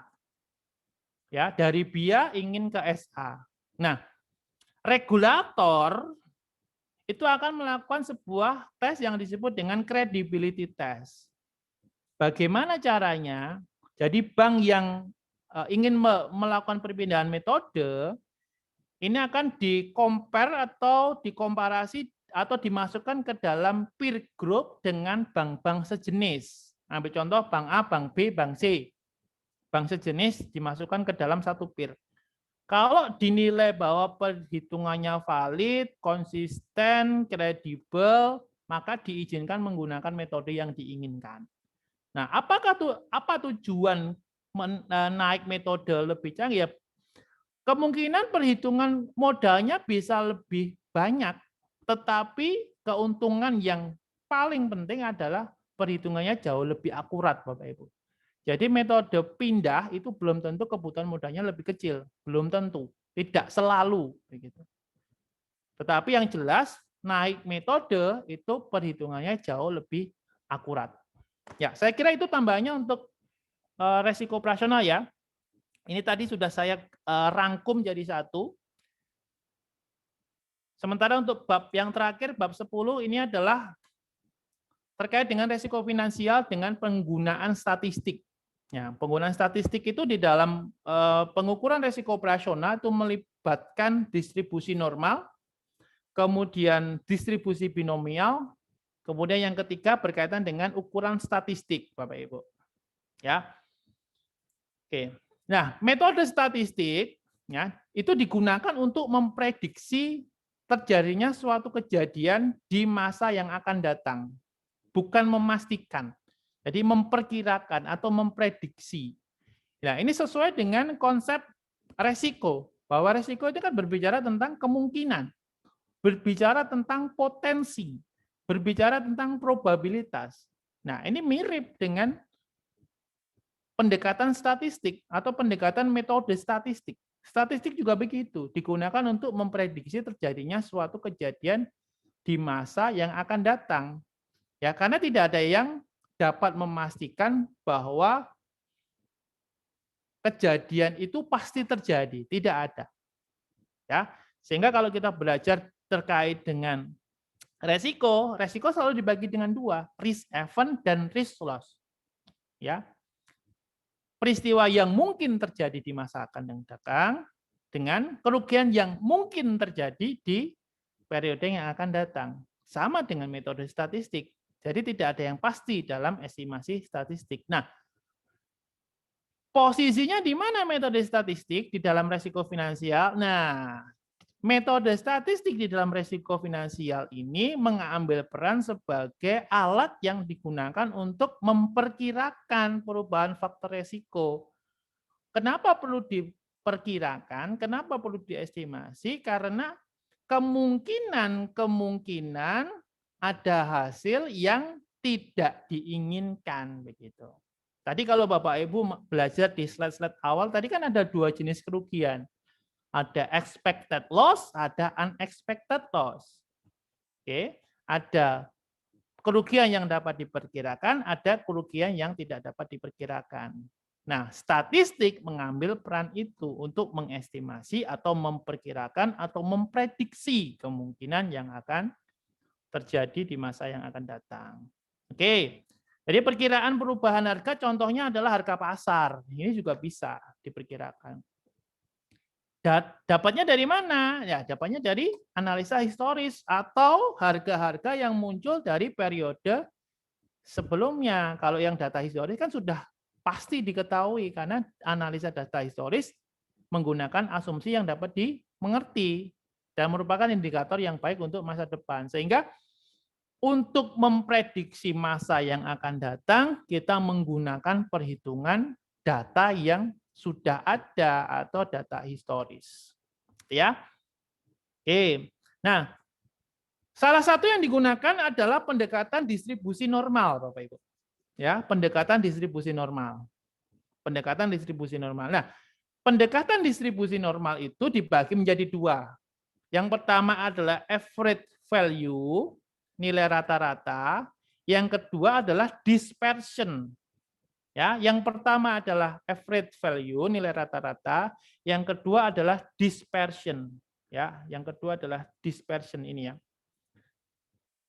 Yang pertama adalah average value, yang kedua adalah dispersion. Nah, average value, nilai rata-rata, itu ada 3 alat yang digunakan. Yang pertama berkaitan dengan rata-rata hitung atau mean, ya, rata-rata hitung atau mean, atau nilai rata-rata. Bagaimana cara menghitungnya?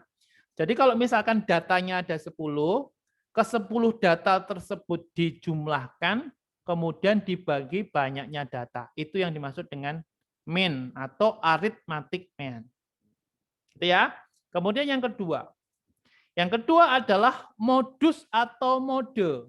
Nah, modus atau mode adalah angka yang sering muncul. Berarti memiliki frekuensi paling besar.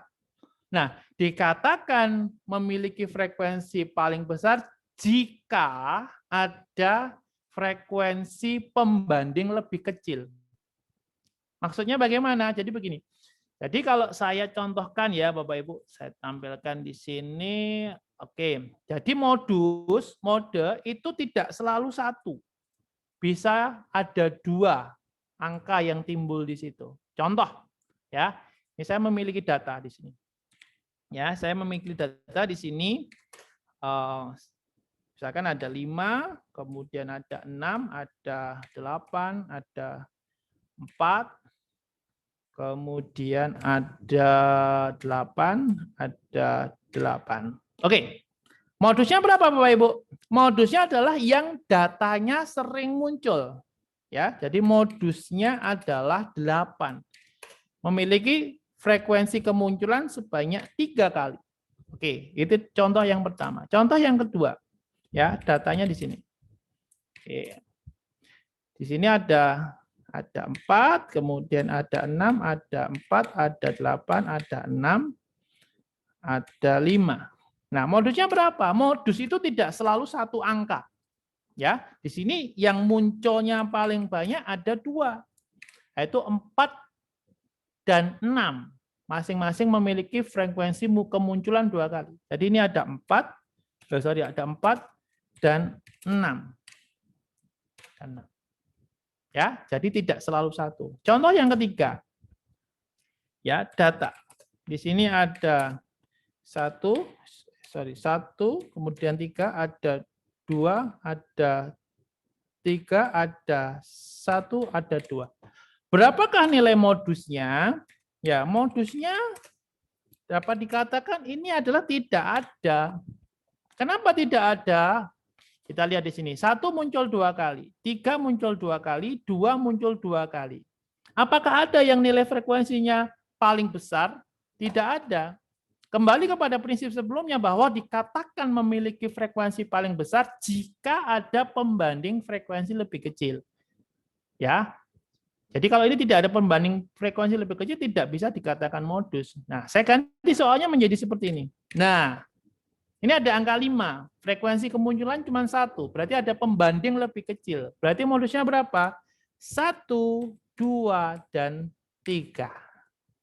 Gitu ya, Bapak-Ibu ya. Oke. Itu untuk modus atau data yang sering muncul. Oke, saya mundur satu langkah lagi. Jadi modus atau data yang paling sering muncul. Oke, kemudian di sini ada median. Median itu adalah nilai tengah. Ya, nilai tengah. Median itu adalah nilai tengah. Nah, ada 2 jenis tipikal pertanyaan dalam ujian. Yang pertama adalah datanya ganjil, yang kedua datanya genap. Kalau datanya ganjil mudah. Jadi median dapat diartikan sebagai nilai tengah. Ya, nilai tengah. Oke, nilai tengah. Oke, contoh, kita punya data seperti ini. Oke ya, jadi ada 8, kemudian ada 5, ada 4, ada 6, kemudian ada 1. Berapakah nilai tengahnya? Nah, untuk median harus diurutkan. Ya, untuk median harus diurutkan menjadi seperti ini. 1,4, 5,6,8. Nah, ini nilai tengahnya. Jadi median harus diurutkan dahulu. Nah, seperti ini. Nilai tengahnya 5, medianya 5. Oke, saya kasih contoh satu lagi. Bagaimana kalau datanya genap? Ya, bagaimana kalau datanya genap? Oke, jadi misalkan di sini ada 2, kemudian ada 6, kemudian ada 4, kemudian ada 9, kemudian ada 7, kemudian ada 5. Kita hitung ya, Bapak Ibu. Oke, median harus diurutkan. Harus diurutkan. Kemudian dari sini ada 2, kemudian ada 4, kemudian ada 5, kemudian ada 6, kemudian ada 7, kemudian ada 9. Datanya ada 6. Nah, kalau genap, maka kita harus mencari N paling tengah. Ya, berarti ada N3 dan N ke-4 di sini. Saya blok warna kuning. Medianya jadi berapa? Medianya itu harus dijumlahkan dulu. Mediannya berarti 5 ditambah dengan 6.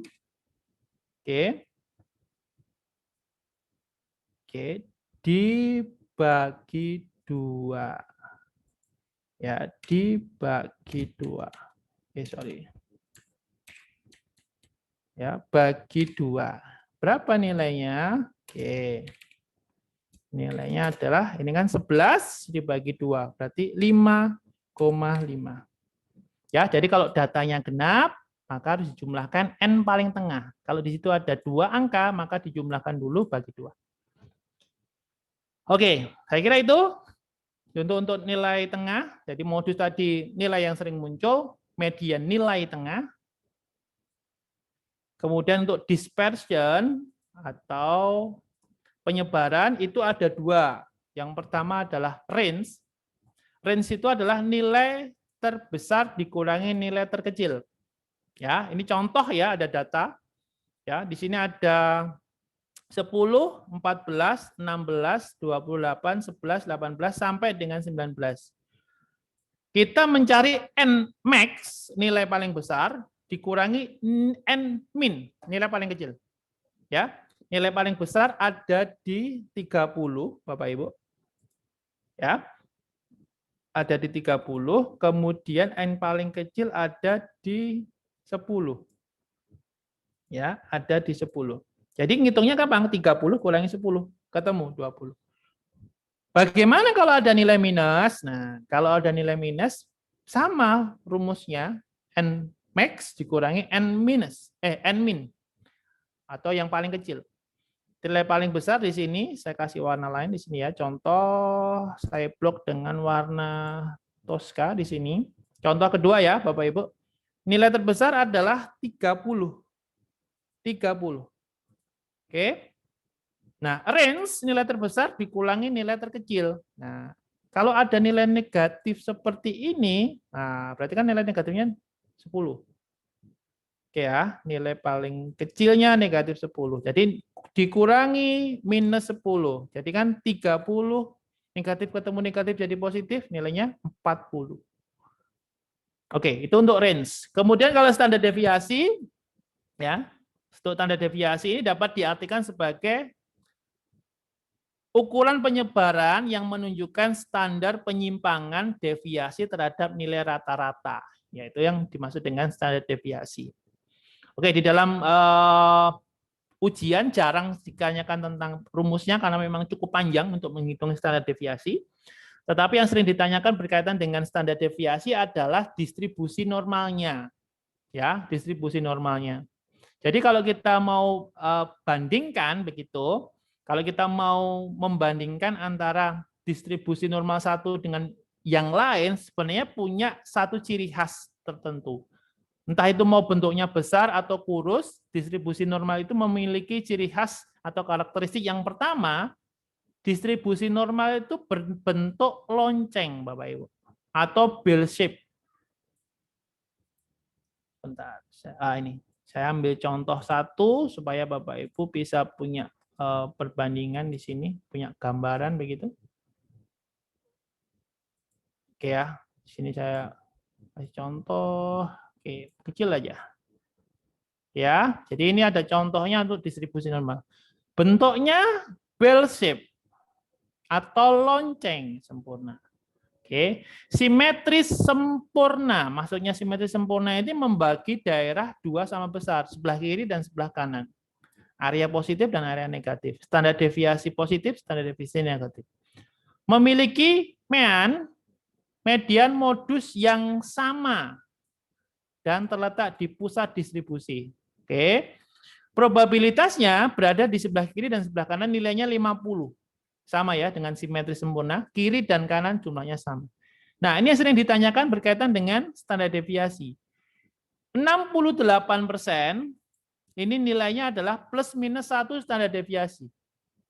Ya, plus minus 1 standar deviasi. Ini untuk 68%. 95% plus minus 2 standar deviasi. 99% plus minus 3 standar deviasi. Ya, jadi yang perlu dihafalkan untuk standar deviasi adalah ini. Nah, tadi yang sempat saya jelaskan, apa saya tanyakan adalah meskipun bentuknya berbeda, tapi pada prinsipnya memiliki karakteristik yang sama. Berbentuk lonceng, simetris sempurna, median modusnya terletak di pusat distribusi. Yang membedakan adalah bentuknya saja. Nah, karena bentuk antara distribusi normal yang satu dengan distribusi normal yang lain ini berkaitan dengan besarnya penyebaran data. Oke ya, jadi kalau kita mau bandingkan antara A dan B, otomatis pola penyebarannya lebih baik dengan yang A dibandingkan dengan B. Ya, kalau kita membandingkan A dan B dapat dilihat bahwa distribusi B penyebarannya lebih sedikit atau lebih sempit. Oleh karena itu standar deviasinya lebih kecil daripada A. Oke, distribusinya berbeda. Nah, jika bank menentukan pilihan resiko untuk dua standar deviasi, dapat diperhatikan bahwa distribusi B, artinya yang kurus, ini keuntungannya kemungkinannya lebih kecil karena penyebarannya lebih sempit dibandingkan dengan yang A. Ya, penyebarannya lebih luas, distribusinya lebih besar, potensi keuntungannya lebih besar juga. Oke. Oke. Nah, ini. Nah, di dalam distribusi normal, ya, di dalam distribusi normal ini juga bisa digunakan dalam penentuan kemungkinan pergerakan harga yang bisa digunakan trader, ya, yang bisa digunakan trader. Jadi peluang untuk memperoleh keuntungan atau kerugian itu bisa 50%, ya. Kalau kita menggunakan distribusi normal. Oke.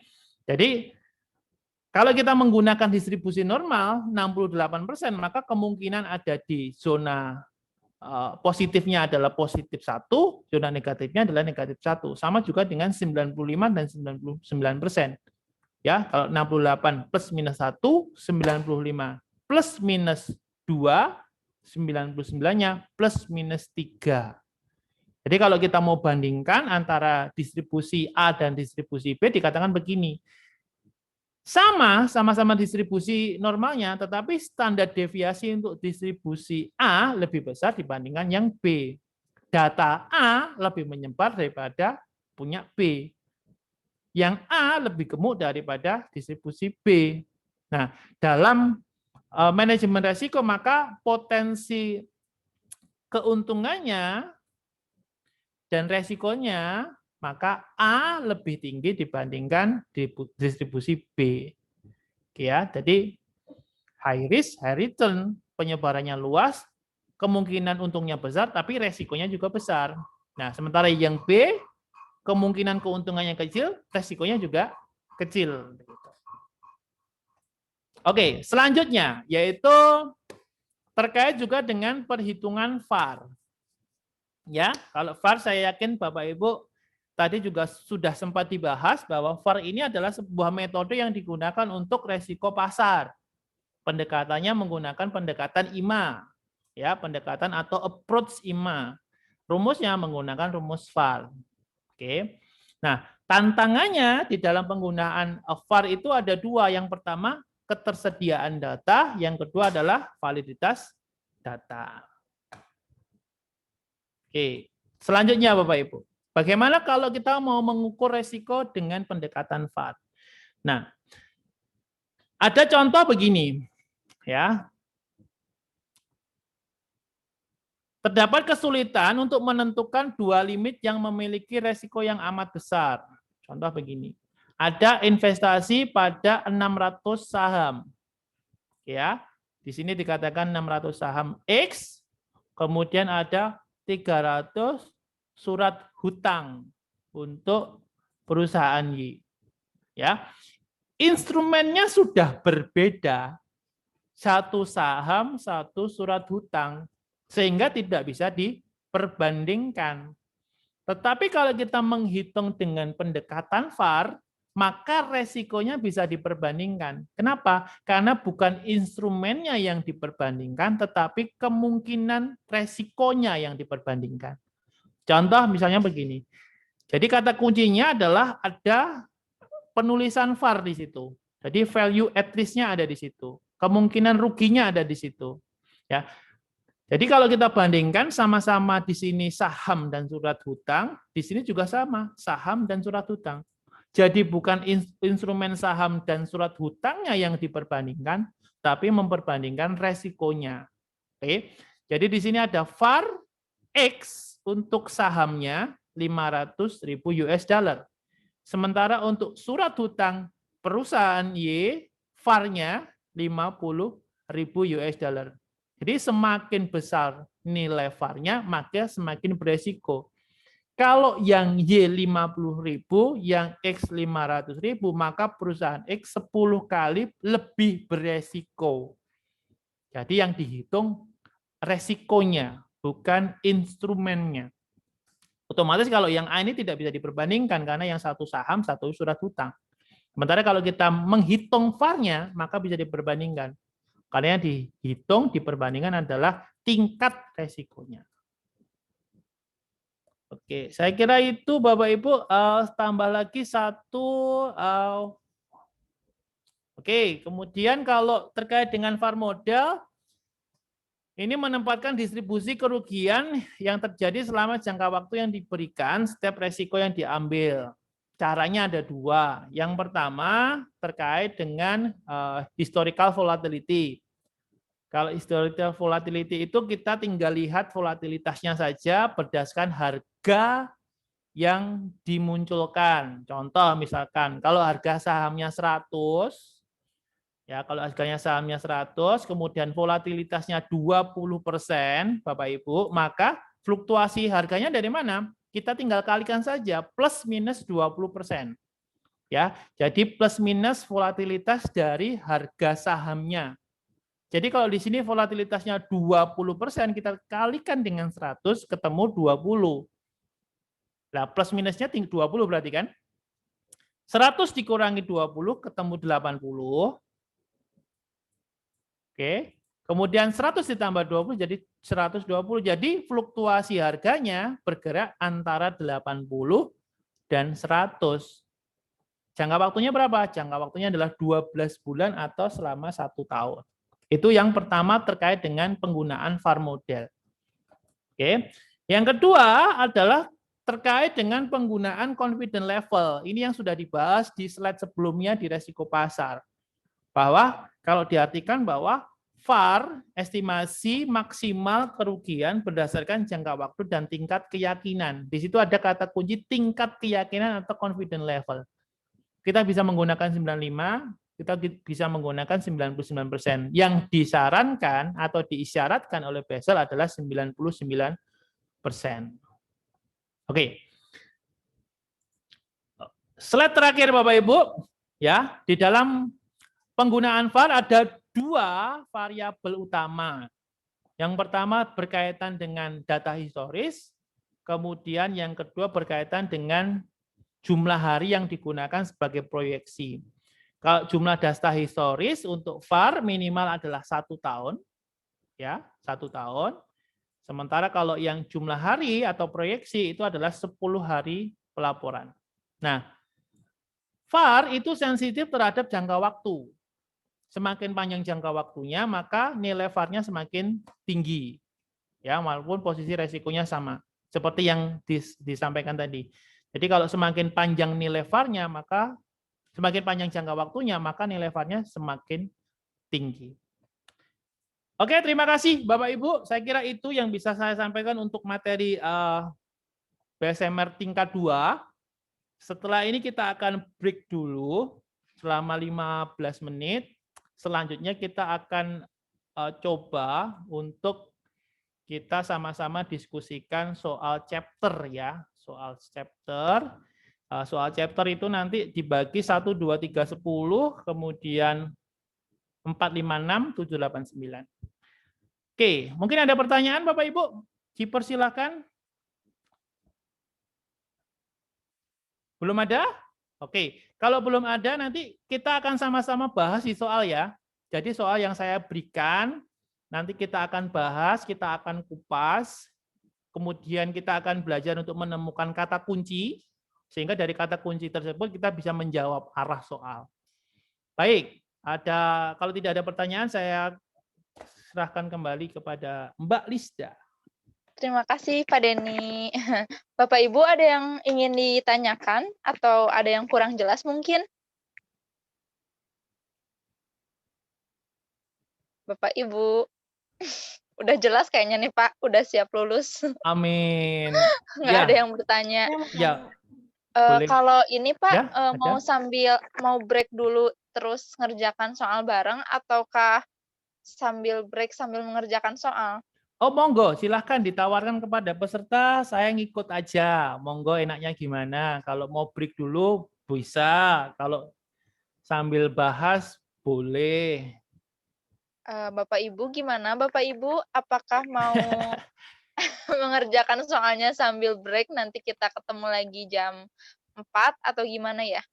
Jam 4, lama sekali. Oh, berapa tuh? Breaknya 15 menit aja. Oh, 15 break menit dulu aja. kata Pak Arman. Oh, break Kata Pak dulu. Arman break dulu. Kita kembali jam berapa Boleh. nih, Pak? 15 menit aja ya. Ya, 15 15 lah, boleh. 15 nanti kita kembali ke kelas, kemudian mengerjakan soal gitu, Pak. Oke, oke, Mbak 15. Lisda, kalau boleh Gimana? apa langsung bahas soal aja gitu? Jadi nggak mengerjakan dulu, apa langsung dibahas? Oh, setelah langsung ini dibahas, gitu? Bapak. Langsung dibahas Kalau nanti. Oh, langsung boleh nggak, dibahas. Pak? Kalau yang lain setuju gitu? Langsung aja. Oke, boleh Bapak Ibu yang lain Monggo, gimana? Ada Kalau yang lain pendapat? setuju, Saya usul. bebas, saya bebas. Saya mengikuti Bapak Ibu, enaknya mana. Kalau mau break dulu boleh, kalau mau langsung juga boleh. Oke. Gimana Bapak Ibu yang lainnya? Bapak Andri, Pak Agus, Pak Ya. Ginanjar. Aja dulu. Ya, Break dulu. break dulu, nanti habis break langsung bahas soal gitu. Oke, siap. Berarti Oke, siap. breaknya 10 menit aja ya. Breaknya 10 menit ya, berarti ya. Oke. Siap. Berarti habis Oke, break kita kita bahas putuskan soal aja. ya, Pak. Oke, berarti kita mulai jam 15 lebih 10 ya, Mbak Lisda. Ya, boleh, Oke, betul. jangan sampai telat Bapak Ibu karena nanti ada bonus Mbak Lisda akan menyanyi untuk kita.